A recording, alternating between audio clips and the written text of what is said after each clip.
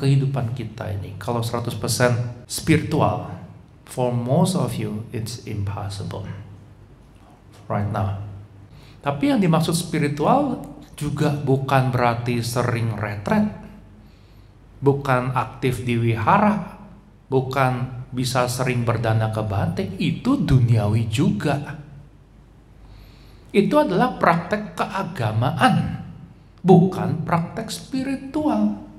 Praktek spiritual itu arahnya ke dalam.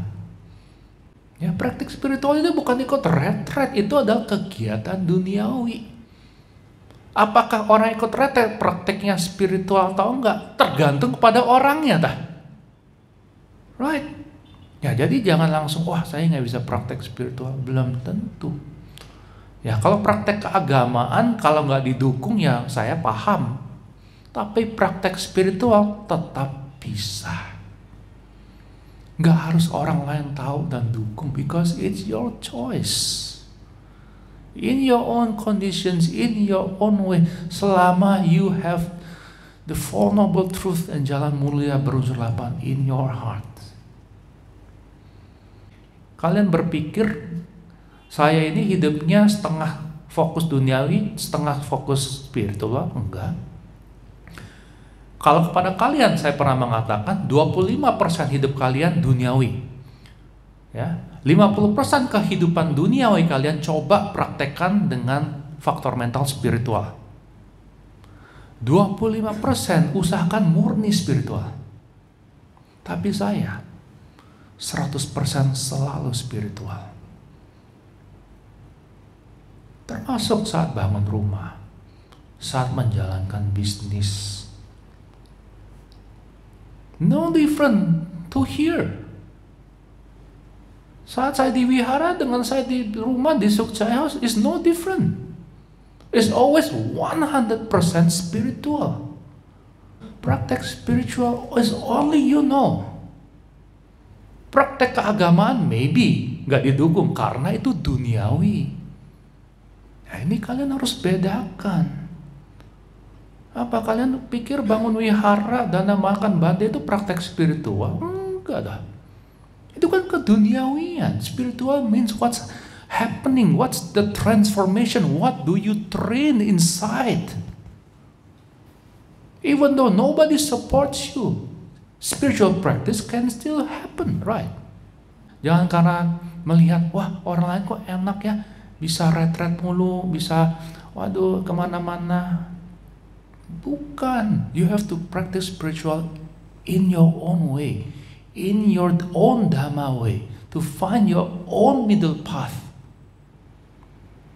Bisa.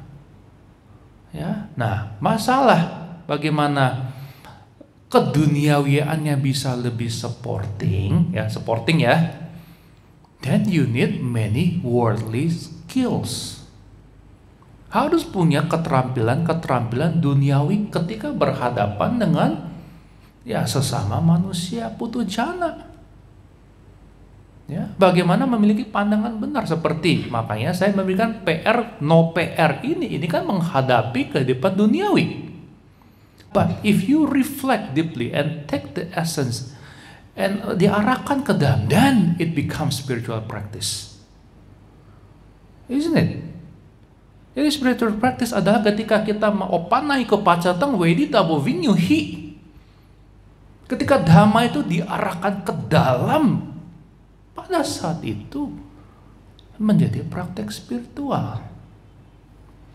Sudah diarahkan ke dalam, melihat kebenaran yang ada di nama dan rupa ini. Di setiap kondisi apapun, mau didukung orang ataupun tidak. Then you see the truth, isn't it? Apa itu bukan praktek spiritual? Sekarang pertanyaan adalah bagaimana kondisi duniawi bisa menopang praktek spiritual yang lebih lanjut, kan gitu. Jangan hanya lihat hidup hanya cuma sekali.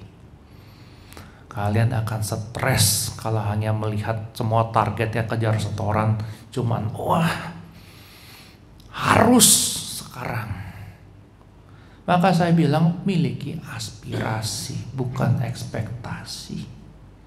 Aspirasi means you know the way. This is the way yang harus kita tempuh. Ini yang sepatutnya damang cari sucari tang. Nanang du cari tang cari. Saya tidak mau menempuh jalan yang salah. Saya tahu bahwa hidup ini harus memiliki akhir. Akhir ini pembebasan ini bukan dengan kematian, tapi dengan penembusan dhamma. Oleh karena itu saya harus berjuang saat ini juga, kehidupan ini juga saya harus menembus maga dan pala, menembus sotapanna. Tapi bagaimana itu bukan menjadi ekspektasi? This is the key, isn't it? Bagaimana kita udah tahu bahwa kehidupan itu sudah berulang kali penembusan telahirnya Buddha itu begitu sulit, tapi kita berjuang kehidupan sekarang mencapai seorang sotapanna. You have to balance your panca bala. Karena saddha yang berlebihan itu juga vipassana kilesa. Keyakinan berlebihan itu juga kekotoran batin. Padahal keyakinan itu dibutuhkan, right? Nah, butuh keseimbangan ini. Ya, butuh keseimbangan. Nah, keseimbangan inilah, menemukan keseimbangan dan menemukan kebenaran inilah praktek spiritual. Jangan memaksakan kondisi. Tapi di kondisi apapun bisa praktek spiritual. Don't compare a condition with others. But in all condition, kita bisa mempraktekkan jalan mulia borosur 8, isn't it? Gak usah punya target. Hidup kita sebentar lagi mati seperti mengedipkan mata. Tapi bagaimana ketika mata ini bisa melek? Kita bisa berjuang. Tidak menyia-nyiakan waktu. Tidak menyia-nyiakan waktu itu bukan berarti kiasu, bukan kiasi, apalagi kiasai. Ya, bukan. Tidak menyia-nyiakan waktu berarti setiap saat kita munculkan kusala, maha kusala citta. Sadar berjuang, sadar berjuang. Bukan seperti kejar setoran. Ya. Nah, keseimbangan ini kuncinya. Nah, ketika keseimbangan ini ada, you will taste cuplikan dari rasa pembebasan, meskipun belum nibbana. Ya, bisa membayangkan nggak di kondisi apapun itu yang begitu penuh duka, tapi hati kita bukan bahagia tapi bebas. Itu tujuannya. Jangan cari kebahagiaan, bukan cari duka juga. Nggak usah dicari juga ada lah. Tapi bukan kebahagiaan yang kita cari. Kebahagiaan itu akibat. Sebabnya apa? Terkikisnya kekotoran batin. Nah, kekotoran batin itu bisa dikikis melalui apa? Sila wisuddhi, citta wisuddhi dengan samadhi, right?